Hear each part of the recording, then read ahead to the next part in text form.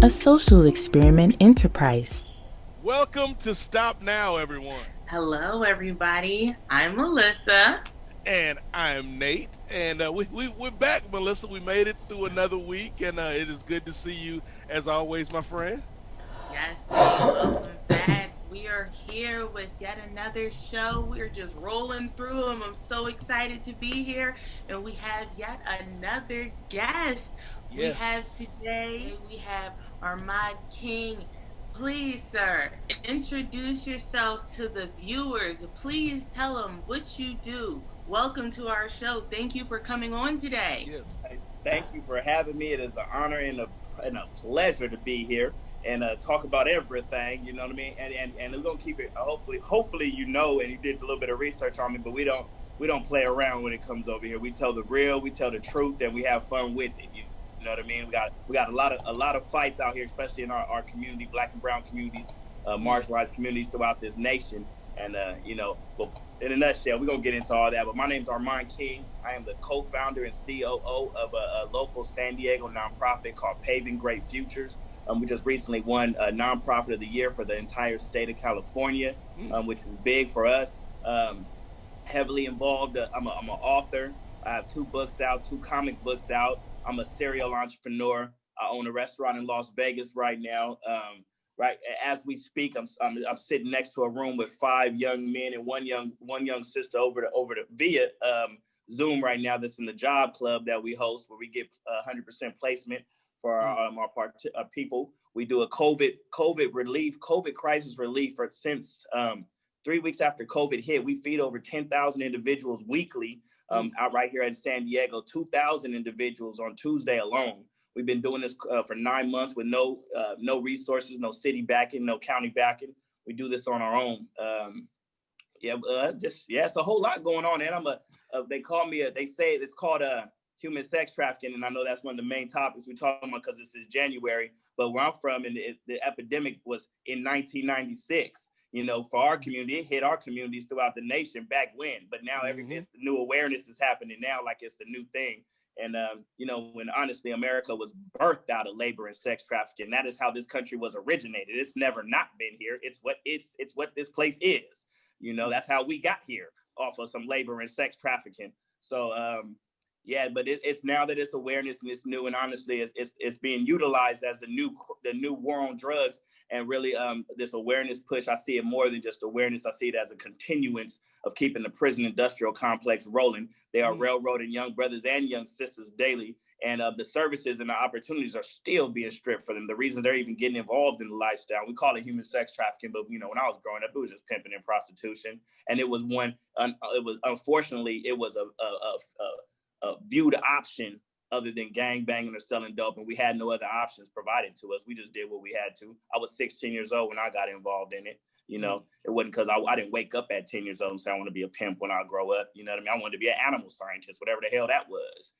So yeah, Human Sex Trafficking Awareness Month. We've been aware. We know what's going on. Mm. And even the term human sex trafficking alone, where did that come from? That's about 4 or 5 years old. We didn't know what that was. If you ask one of the homies out here if they're a trafficker, they're going to tell you, hell no, nah, pimp. You know what I Right. mean? Trafficking means you bringing over foreigners from across the seas and they got in tankers and you're tying them up. Nah, homie. That's not what we would have disagreed with you. But, it's being utilized now for a whole different purpose. But my name's Well, Armand King, and I'm a public speaker. I'm a trainer, and I'm a tool of God to help my community. So most of my homeboys is dead. Out of 8 of my best friends, I'm one of 4 that's still alive. All my friends have been murdered. You know what I mm. mean? So my purpose is to help stop the cycle of death and incarceration from continuing. Like you said, man, like I appreciate you for telling that to the people because this is the month for the awareness, but the issue's been here. Like you said, the issue's been in, particularly when you talk about Black and brown communities. It's like that Right. old saying, when white America gets a cold, Black America got the flu, Come because on. we've been suffering through this. And so I guess we can kind of start there because there's so much that we can get into with you this week. But you already kind of touched on your story a little bit and your background and where you came from. So to somebody out there listening, and maybe somebody much like the young people that you talk to, that's Right. in a situation that they feel like they can't get out of, and like they don't know where to look for answers and guidance. Like, can you kind of tell about how you went from where you were to where you are today?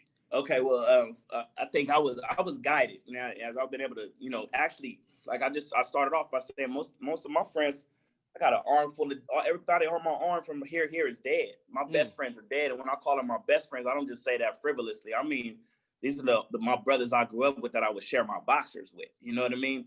They're my homeboys, my brothers. You know what I mean? And I've lost almost everybody that meant something to me.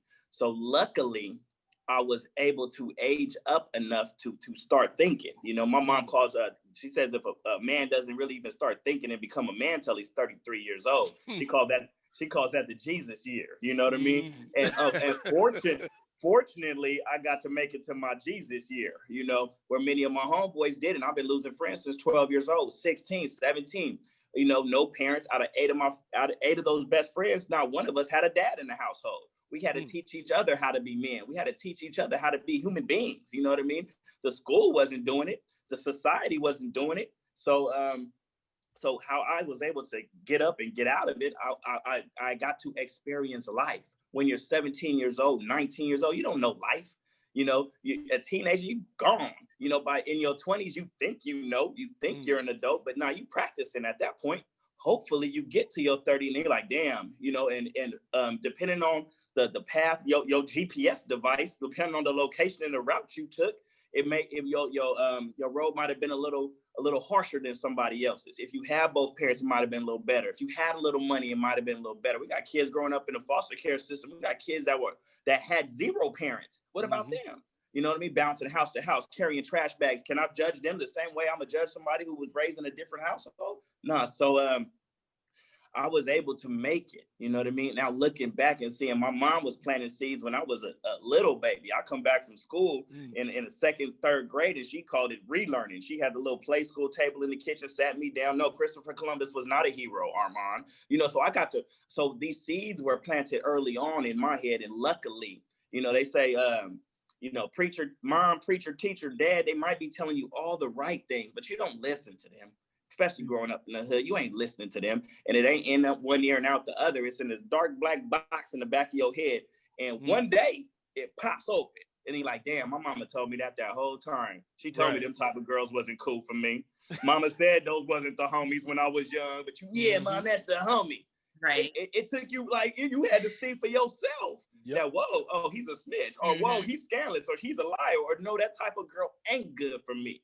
You know what I mean? But it took you actually learning and living life and to experience some things. You had to touch the fire yourself, hard head. Yes. You know what I mean? So luckily, I lived long enough to see and understand, you know what I mean? Where many didn't get that opportunity. So yeah, that was where my change came from. And it was just being able to live long enough. Because and looking back, even in our worst stages, the homies wasn't monsters. They wasn't evil people. You know what I mean? They were what's it called? They were victims of their circumstances, victims of their environment. And yes, not I'm holding the victim card, but yeah, shit. If you raised in this box and all you see, and growing up around is this box, how can I expect you to do? How can I expect you to do anything else but what's in that box? Your dad was a gangbanger, pimp, drug dealer. Your mom was this. Your people in your community was doing this, and they were put in that situation. Not that they was monsters either. But I can't expect you to just be, I'm thinking, occasionally we got them individuals that thought outside the box, but as a masses, nah. You know what I mean? And they like the teachers was teaching. They didn't even know how to teach you. They was putting more pain on you than they was giving you grace. Come on now. So speaking of thinking outside the box, shut me up. Hey, you really got me on a hyper morning too. I'm like, my mind clear. I ain't smoked, and it's cool. I love the energy since Christmas. I'm good.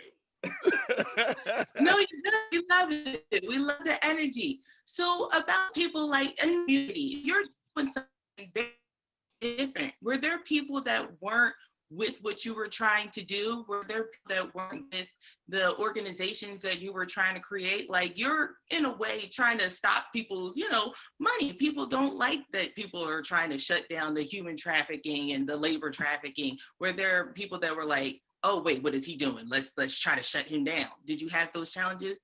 Not really at this stage, because like if we're really looking at it, and I'm kind of said it earlier, but my whole community, my whole peer group, at least 60% of us male and female. We went into the lifestyle in the 10th grade in 1997, 98. Our epidemic was a long time ago. So my whole, you weren't cool unless you were into pimping and prostitution. Girls would talk about you if you wasn't stripping, hoeing, or escorting or making some type of money. You was not cool to the girls. If you had a boyfriend girlfriend relationship, you was clowned. It was the end thing to do. Gang banging had phased out at that time. You wasn't cool if you was a gang banger at that time. It was so big, gang members stopped gang banging to pimp. You know what I mean? Crack had been out. Ain't nobody selling. I mean, you still had crackheads. You still had people selling crack, but it wasn't no big thing. Ain't no new crackheads. You know, then that kind of stopped in junior high. You getting oh, your mama a crackhead. Like, you didn't want to be a crackhead. That phased out. So it was the new thing early on. This is new awareness to the world. Now we've been there, done that. You know, you had, think about, okay, I'm talking to my folks now. Think about that time period, that era. Snoop Dogg was a gang banger, gang rapper. In turn, long hair, nails with girls on leashes. This was back then. He turned pimping. Yep. Snoop Dogg, you've been on since 19. When did you pimp, bro? You've been rich. That was a fabrication. Right. E40, I love him to death. That is my dude. He is my teacher. He started talking 100% pimping in the mid-90s. Bro, you went to college. You've been married to your high school sweetheart. When did you pimp? Okay, thinking about these things. Think about Jay-Z, UGK, big pimping on BLADs, on Blades. That song, the whole world dancing to that song, but we hearing it getting confirmation. That was back then, Jay-Z. When did you ever pimp? Pimp C was a real P, I know, but rest in peace, Pimp C. But they was really talking pimping. He went to get them to pimp. Nelly, she only want me for my pimp juice. This that same era right there. You turn on that Nelly Pimp Juice video, you seeing those is 100% real pimps in that video. You seeing every pimp from, and when Pimp Sub Hoes Down came out, that was the first thing I ever seen of the game. Yeah. And that was HBO put that on at 4:00 in the afternoon for my sophomore year, where I'm seeing all these dudes that I'm finally in my head, I'm like, oh, I can do that. Because previous to that, when you in junior high, and still to this day, you ask a young black man in junior high what you want to be when you grow up, it's some kind of sports figure or entertainer. Yep. It's only a matter of time before you realize, homie, I was 120 pounds. I'm not athletic. I can't play sports, and I ain't no rapper or dancer or singer. So what now? So now sell drugs. Now the other options come in: gang bang, sell drugs, and then pimp. Okay, so and that's the thing I think a lot of people don't understand is like there's so much power in being able to give a kid options and being able to allow a kid to kind of dream and say, like you said, like I want to be a zoologist and work with these animals over here. Like for a kid in the hood to be able to have that kind of like, my options aren't limited to basketball or rap, because like very few people can excel in that. And so it's like I'm amazed.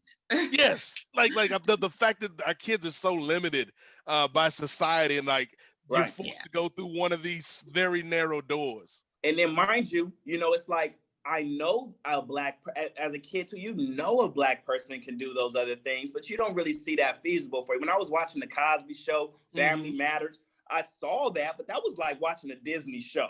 That was not the lifestyle. I saw it on TV, but I go back to my house and my community. That's not what I'm seeing. And then, so that's like a cartoon, right? I know you can be a lawyer and a doctor, but if they're not giving me and showing me real life examples coming in my hood, my schools, I got teachers that are literally don't even understand me or know how to educate me with this prehistoric education. I'm way more advanced than these teachers. But we get ADHD put on us. We can't know. No, you don't know how to teach us. We're not. Our mind is a discipline problem. Our mind can't stay still in its seat. Come on. No, you just don't know how to relate to us. Okay. And occasionally you get that good teacher. But how many of us got that one good teacher? I didn't have that good teacher. My whole high school, my junior high school career, I had straight F's and D's the whole time. They passed me every single semester. Why would I not? A summer school, nothing. I barely was in class. How did I pass?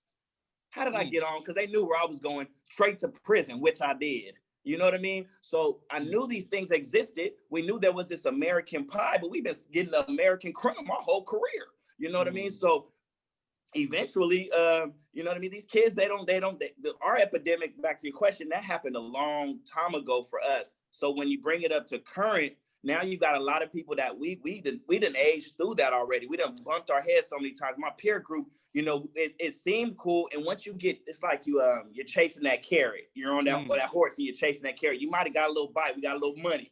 Ooh, then you keep going after that money. But now your teen years is going by. I started when I was going on 16, going on 17 years old. Me and four of my friends the same age was on the blade together. The girls that were on there with us was the same age. They was our girlfriends. We turned over together.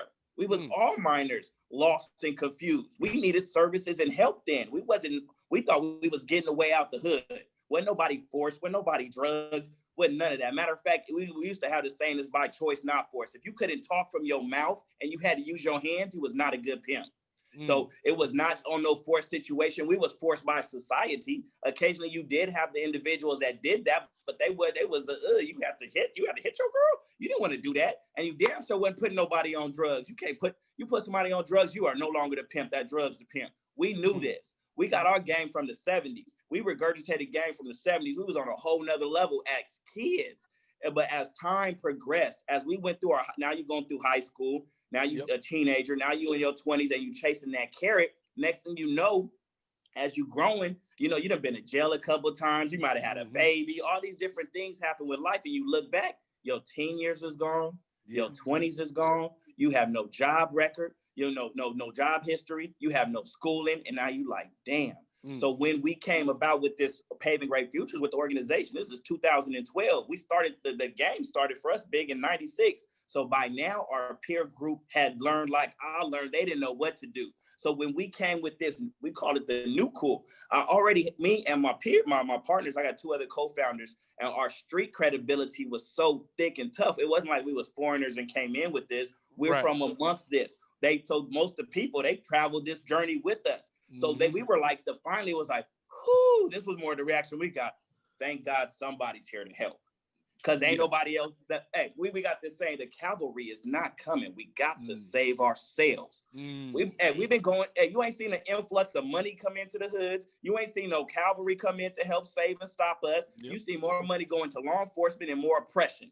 So if and when society, government will say that really wanted these things to stop, then it would have there's been organizations out here that couldn't help. There's been people out here, I ain't the first, but they the community groups, they get baby grants for the same work that each other's doing. Now they fighting over it. It's jealousy. It's this organization against this organization. It's infiltration. You know, we had a movement going in the 60s and the 70s with the Black Power, the US movement, the Black Panthers. We had these organizations. And what did the federal government do? They infiltrated. You know, J. Edgar Hoover infiltrated. COINTELPRO is for real. They were looking for the Black Messiah, killed off all Black leadership, locked them up. Bloods and Crips didn't come from nowhere. Bloods and Crips been here protecting the communities from white racist attacks. So what you know about what I mean? the other cultures? Like, I'm not here for them. I'm not here for them. And I'm very specific. So what happens, let me talk about and be very specific and clear. So human sex trafficking, the umbrella is put over all, as if human sex trafficking is all one thing. There's so many different subsets. And where I come from in my expertise, for the sake of having a label, I call it domestic urban human sex trafficking. Just for the sake of having a label. But even that doesn't even really fit. I'm talking about primarily Black and some brown in our community. The traditional, if you Google image the word pimp, you're gonna get a bunch of Black images. Bishop Don Juan, you're getting that. That's my expertise. There's familiar trafficking. There is trafficking of people coming over. There are people forced into trafficking, sex trafficking. There are people drugged, and not to take nothing away from those situations. Those are very much so things that need to be addressed. But me, I'm not opening my mouth about them because I don't have experience with those. But you have people around this country that will speak on those as if they know them and just be regurgitating the same recycled garbage information about this $800 billion industry. And it's bullshit. and there is no real statistics on this. Believe me, pimps ain't, and these, they're not telling you what they're making. It's a bunch of made up stuff that's being, you hear the same stuff, and everybody wants to be, our city is in the top 5 of sex trafficking. Everybody's the top 5, as if that's a badge of honor. So, but I'm not speaking on none of that. Child trafficking, none of that. Where I'm from, if you had a minor, you would get beat up and we knew about it. Did it happen? Yes, occasionally it did happen. Is it happening more today than ever, even in the community I'm talking about? Yes, it is. But when I was in the mix, if you had a minor, bro, you better get the hell away from us. We might dust you off. Okay. So I'm not speaking about those, sis, and I can't. I know experts that do, but that's not me. I'm speaking about the hood. I'm talking about that pimp sub hose down, American pimp. I'm talking about that. That's my expertise, and it doesn't go outside of that. And I refuse to talk about anything else. I got opinions, like we can all sit here with opinions on stuff, but that's not where my expertise lies. So I'm not gonna BS y'all or nobody else. That's not it. I'm not from there. That's understandable. So when one of the things that we've been talking about, Armand, is, and I guess we've been talking about for the last 3 or 4 weeks now, Melissa, is generational trauma in the Black community. Right. And that is, like these issues, like you said, they didn't just start in 2020. They've been here since day one in America. Day one. We were labor trafficked here. Don't forget that. Yeah, going back to the original sin of the country, that it's never really made right. Never. And it's the same clientele. So check game. Nothing's changed. Okay. All right. In America, and it wasn't, slavery was not racism. That was terrorism. That was racism is an underplay of what happened to us. Okay. Even after slavery was abolished, they just didn't bring any new slaves over. They had breeding camps right here in this country where they had sex camps here in this country where families had to have sex with each other, where they had the buck having sex and producing new slaves for hundreds of years after slavery was abolished, right? These sex camps ran back in the day. Massa used to just come take the Black woman when he wanted to. He didn't have to pay. He was having sex when and how he wanted to. Just because that stopped, just because they couldn't do that no more with Emancipation Proclamation, that didn't mean the desire for the Black woman stopped all of a sudden. But now Massa would come. Now you had a bunch of poor people, really poor people, that now figured out a way. Massa gonna the white man gonna leave a little bit of money right there for me this time. Now here come the exchange of finance for sex. Now you look at the brothels. You look at the country western. I don't know if you know the old school show Gunsmoke. You know what I mean? With Kitty in it. Miss Kitty. Miss Kitty was a pimp. She was a madam. Okay, my mom was mad at me when I told her she loved Gunsmoke. I told mom Miss Kitty was a madam. I walked in one episode and she was turning out this church girl who wanted to make some money to revenge her husband, and she was telling her how to talk to the tricks, how to do this, how to do that. I'm like, oh my God, she turning her out. But so you look at these, and then that's just one of many. Moulin Rouge. You look at many of these old school shows that back in the day, and you look at the girl with the bustier. They take the guy up there. You got the sheriff there. You got the mayor in these places. Where their wives at? Where's Susie Ann? They at home. They up there tricking.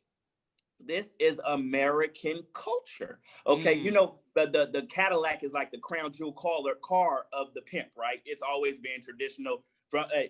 And Detroit is one of the homes, there's like a few different cities in America that are like pimp capitals in the pimp world, right? Detroit is one of those. So Cadillac's a real person. Look up Cadillac. He was a criminal from France that was sent here and got arrested here for prostituting Native American women. This is Cadillac. You look up a picture of Cadillac, he looked like Snoop Dogg with the perm and all the whoop-de-wop wham.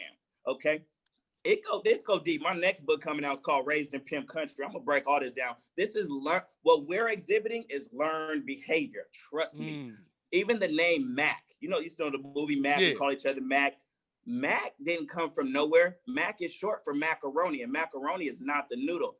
Even the song Yankee Doodle went to town riding on a pony. He stuck a feather in his cap and called it macaroni. The feather in the cap, the macaroni. Look up macaroni. See their dress. See the style from Europe. what a macaroni really is. There's even a book called The Mongoloid Macaroni, the blacks that were macaronis in Europe. And they look and they style and the characteristics are that of a Bishop Don Juan. I promise you, all of this is not new. It goes deep. This is learned behavior. This is what we got this from somewhere. We're not monsters. This is not us. This is trained behavior. Yep. And I'm not out here abolishing human sex trafficking. I'm out here trying to save my folks from going down. This is one of our pitfalls. I'm trying to save our folks from continuing and going down this one, gang banging, drugs, you name it, all of it, because I know we're not monsters. These are just the avenues that were applied and supplied to us. So no. I'm not, you'll never hear me really pushing no anti-human sex trafficking movement stuff. They're not even doing nothing. Their answer is to incarcerate more and more. You know, that's not helping. That's not helping our folks. Taking more father, every You're just man, solving one problem by creating another problem. Come on now. And we know who's filling up these jails. This is just another tool, man. It's just another tool. Instead of facing the root of the problem is poverty. You know, these kids aren't waking up and going to, like I said, they're not like raising their hand in school when the teacher said, what do you want to be when you grow up? Saying, I want to be a pimp. I want to be a hoe when I grow up. My sisters walk by this window right now. She was in the game for 14 years. You know what I mean?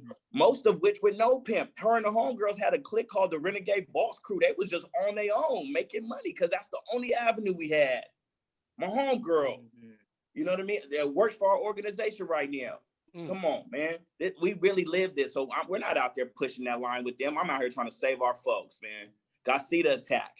And you keep people, I forget which Martin Luther King speech it was, but basically I'll paraphrase, but he talking about, you know what I mean? You don't blame the person for falling in the dark. You blame the person for turning the light out in the first place.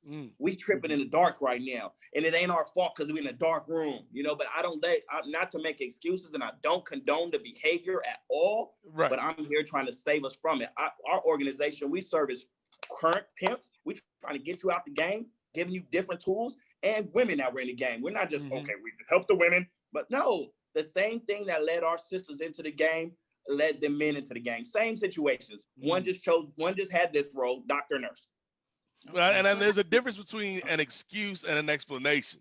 100%. Right? Like an excuse means that you're not trying to solve the problem. You're not trying to take accountability. But the explanation is, yeah, there was a pre-existing condition, to use a medical term.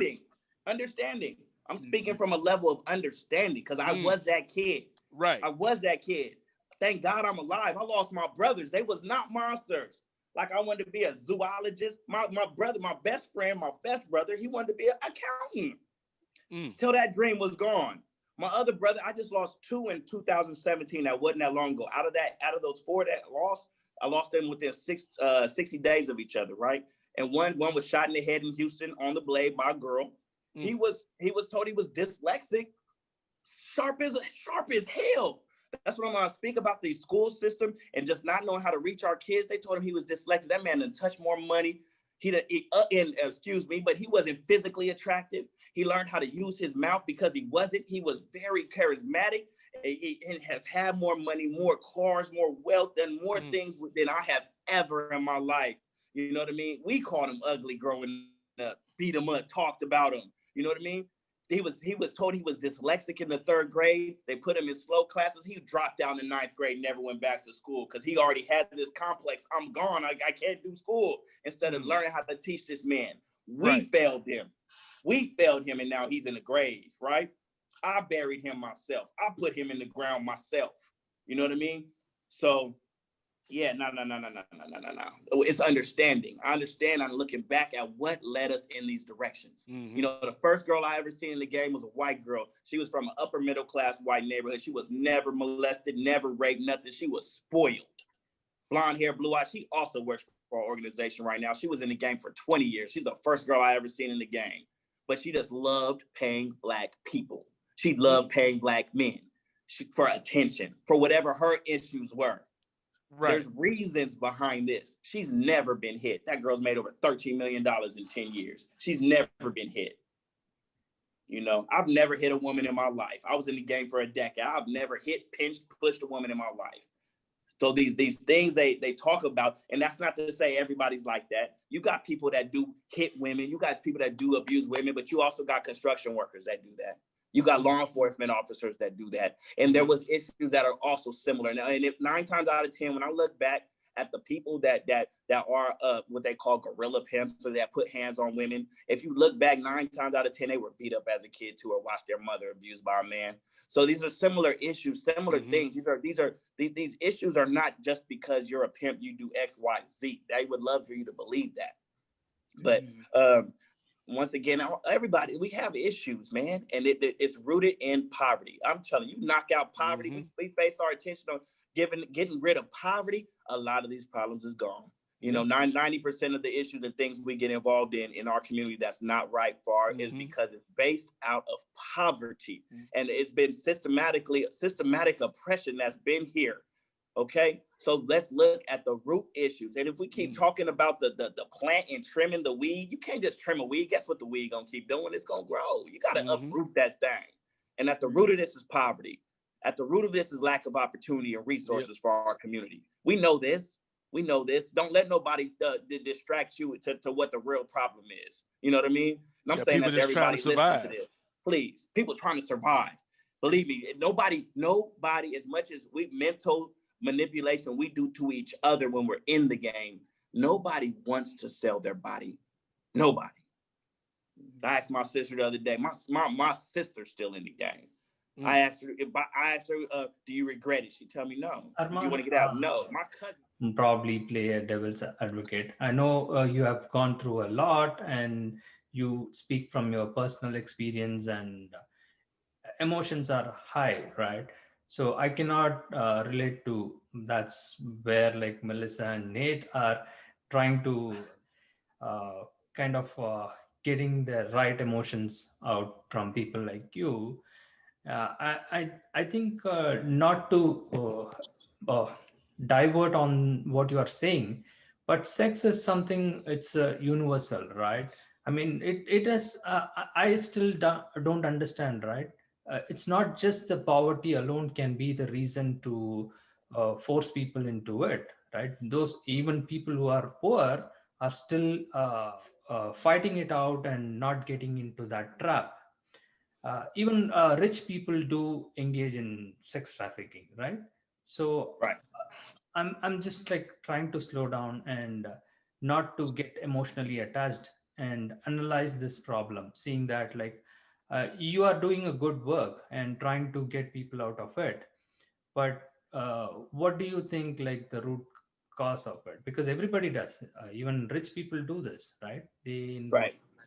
So they have other root causes. Now, I'm just very specific, and I'm talking about my community. I could give you my opinion on others, but I have not studied them, lived that.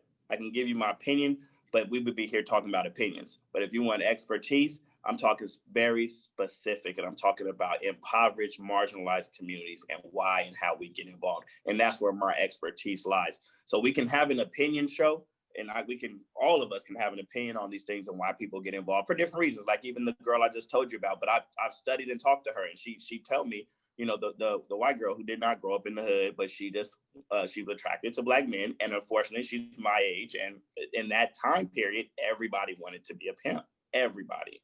So she fell victim to that. If everybody was drugged, she would have been the D-boys girl. Yeah, but unfortunately, at that time, pimping was the coolest thing going on. Culturally, music-wise, we even created a whole genre of music. We called it pimp rap. We weren't even listening to gangster rap no more. Mac Dre, you know, we were listening to pimp rap. So I understand what you're saying, but and yeah, I'm extremely emotional. This is not just to me.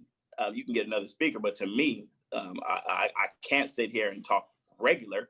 I'm literally going off the deaths of many of my closest friends and looking at my community. I'm in the heart of it right now, looking out the window. We just got a new building, a new 5,000 square foot kitchen. You know, our office in here. We are growing and helping many lives, right? So I'm in this. I'm not just talking about it. I'm not that dude that wrote a book and claiming expertise.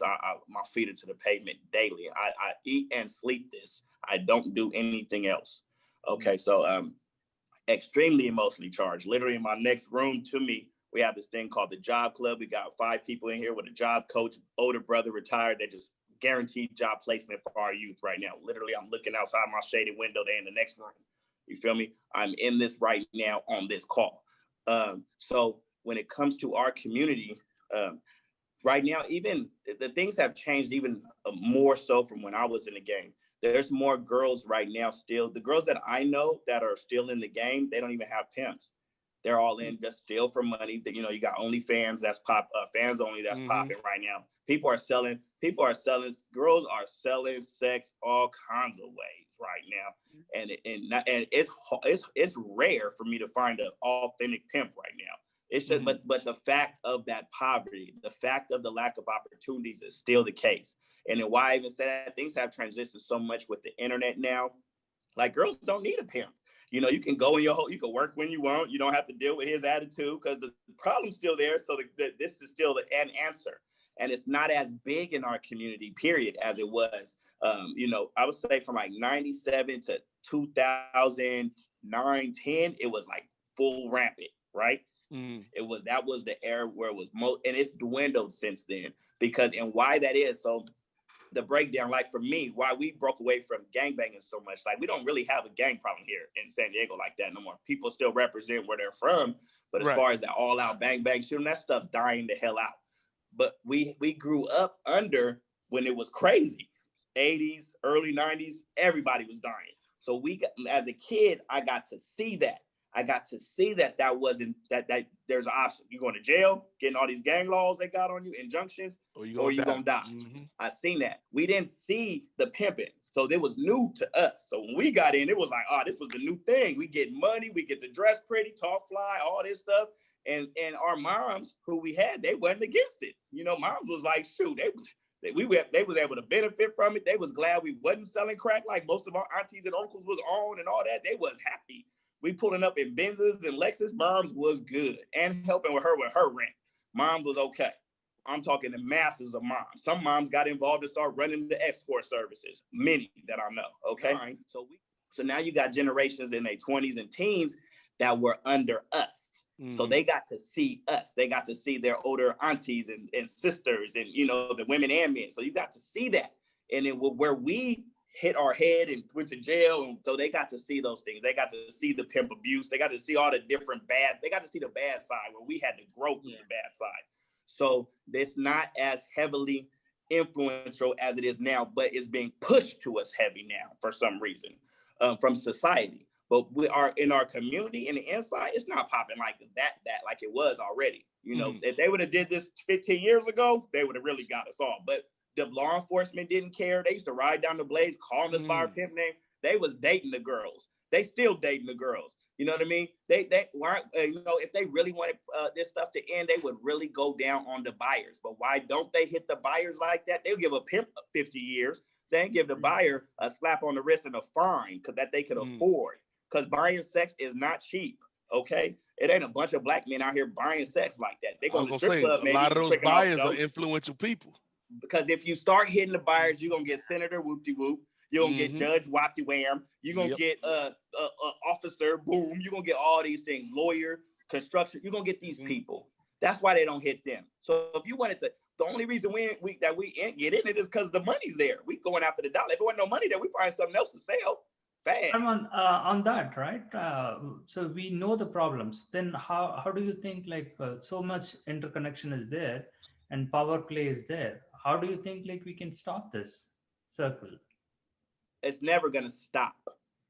As long as there's poverty, somebody's going to realize they can sell their body for money, whether it's 2 people involved or just that person. And that's as long as, if I have no other options, but I know I could, you know, and this happening, I mean, on different scales. There's women right now that's dating dudes that they don't like just so they can get their rent paid. That's having sex that they ain't quote unquote a prostitute. But there's a lot of women I know that got on the side because they paying their phone bill. That's paying for their internet bill. They paying their child's way through Wooty-Wop. This is happening. So it's never going to end as long as there's poverty. But how do we put a dent in this masses of this stuff going on? It is actually given the opportunities and resources. If I'm talking, I'm but once again bringing it back down. I'm talking about my community and communities like mine throughout this nation. As long as we continue to have this poverty, lack of opportunity, and resources, it's going to continue in some form.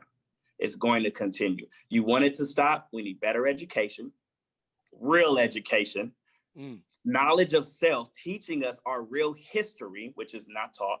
And every culture needs to hear Black history, which is not Black history. It's American history that we're world denied. history. World history that we're denied on purpose. This is by design. You know, we America does not have an industry. We're not the lead of the automotive industry. We're not the lead of the steel. We're not the lead on technology. We're not the lead on manufacturing anything, not the lead on anything, but we are leading in prison industry. That is our only industry that we are leading in the world. There's more people in prison in the United States than there is an entire world's prison system combined. Why is that? The freest country, land of the free, home of the brave. Why is that? So we got to keep these beds filled. There's privatized prisons. That's people invested into prisons. Wells Fargo was not going to invest into prisons if they didn't think they were going to get the outcome on their dollar. So why aren't poor, not just Black communities and brown communities, but even poor whites are falling victim to this too? There's a reason that people are remained and kept poor. If we educated people properly, taught people properly, provided the same resources for our community that right north, that we call it north of the 8, the other side of the freeway up here, it's an obvious divide on where the wealth is spread. Okay, and that is on purpose. Okay, so when that shift changes, you ask, how can this end? Provide the wealth we equally, provide the same resources, provide that same education that they're getting up there down here to our youth, the same opportunities. You know what I mean? Provide those same things so our kids won't think that their options are still today drugs, selling drugs, gang banging, or pimping, or prostitution. Now, you know, when that changes, then it'll stop. This will stop. Nobody wants to sell their body. So, and nobody wants to sell somebody else. Teach them how. It's a skill. I got a book coming out called From the Streets to the Suites, teaching transferable skills. Half these people, we're geniuses. My folks was geniuses. I made $250,000 at 21 years old selling marijuana that's now legal. You know, and at my first offense, I did 3 years. Been in 9 different institutions, have 2 strikes off cannabis that's now legal and on the stock market. I can't get my time back.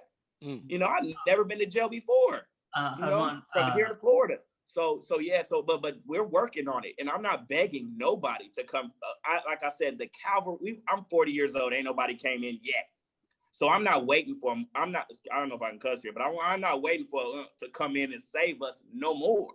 Never was. We are going to provide our own resources. That's why we're winning now. We are based off economics. You know what I mean? Because we are geniuses, sharper than Harvard and Yale graduates, but nobody taught us and showed us. Same way I was selling that marijuana at 21, same way we selling was pimping. If someone gave us the right product, I'd be in the game, I'd be a millionaire right now. You know what I mean? So, and also with this cannabis, just to throw this in there, we are heavily pushing the cannabis social equity for our community. We got a social equity plan about to pop in San Diego like no other. With on a low end, bringing in $10 million to reinvest into our community. And I had to change my word. I used to say revitalize, but you can't revitalize me to say it was already vitalized or it was already at a good state and we bringing it back. It was never good. So we ain't revitalizing. We got to bring it up from the dirt. So that's what we working on. I'm not begging or waiting for no politician, no organization, nobody to come do what we can do ourselves. We got the money. We were just never taught to use it. How long does the black dollar circulate in the community? All of 3 minutes. You know what I mean? So not again. So this is all trade talk behavior. We got it. You know what I mean? It's okay. Got it all. Hey, you won. Hey, kudos. Hey, you did that. But we coming back. And I ain't waiting for nobody. I ain't begging nobody. I'm sorry. I love the protest and awareness. Good. Get it out there. I got to work. I'm not asking nobody for nothing. Let's do this. Hope I answered your question, bro. But yeah, it's a little bit different. And I'm not focused on nowhere else. I can't. Maybe later on. But right now, the fire's right here in my backyard. Yeah, I appreciate that, right? So when you try to help people in the way, right, you are trying to do it, they are trapped in their psychological mindset, right? It's easy for them to pimp or whatever you are calling that, right? Hey, you ain't never heard pimping ain't easy. that's Big Daddy Kane said that. Hey, bro. Hey, sorry, pimping. Hey, it's not easy. Hey, and look at the skill in itself. And I mean, we used to tell people. I got this from one of my best friend, my older homie. He says, he tell people if we ran this series called Take Them to Church, where we would take stuff we learned in the game and just reverse it, because a lot of the tools we were saying we just applied wrong could be used positively. And he said something like, if you could really manage 5 women, 5 minds, you had the capabilities managing hotel rooms, credit cards, travel, all these different. You need to be running a corporation. So but you just not knowing these things. So yeah, pimping ain't easy. It's a headache. It really, really is. You try to manage 5 women with personalities. Well, this ain't no. We ain't robots. We got emotions too. It's hard to have a girlfriend. I don't know how long you kept one, but it's like, hey, pimping ain't easy. You know what? On that note, guys. Oh, you got the time, Melissa? Do not. I'm just playing with my peoples right now. We talking, okay? Leave us alone. We working. Oh my God. We working. Ahmad, it has been a pleasure. Thank you so much for coming on today. And if anybody wants to reach out to you and read your books, where can they get your information? So yeah, look me up, Armand King. You know, I don't know if you guys got a digital flyer or something. Please send it to me so I can share this. And once it's out, send me the link. But Armand King, the organization is Paving Great Futures. Okay. Hey, type it in. Just type it in. You're gonna find us. We ain't hard to find. We're on every platform. You know, social media. 3 degrees of separation. You know, just look it up. We good. Armand King, ARMAND KING. You'll find me. I appreciate you, brother. Keep doing the good work, man. No plan B. No plan B. This is not a game. All right. Love y'all. Thank you. Okay. Beaming. Have a good day. All right, brother. Bye for now. All right. You guys have a good one. Bye for now. Stop Now, a social experiment enterprise. Stop, listen, share. Everyone can make a difference. We are on a mission. Everyone should do something greater in their lifetime. Change the future. Be a proud member. Join us to support, volunteer, and donate.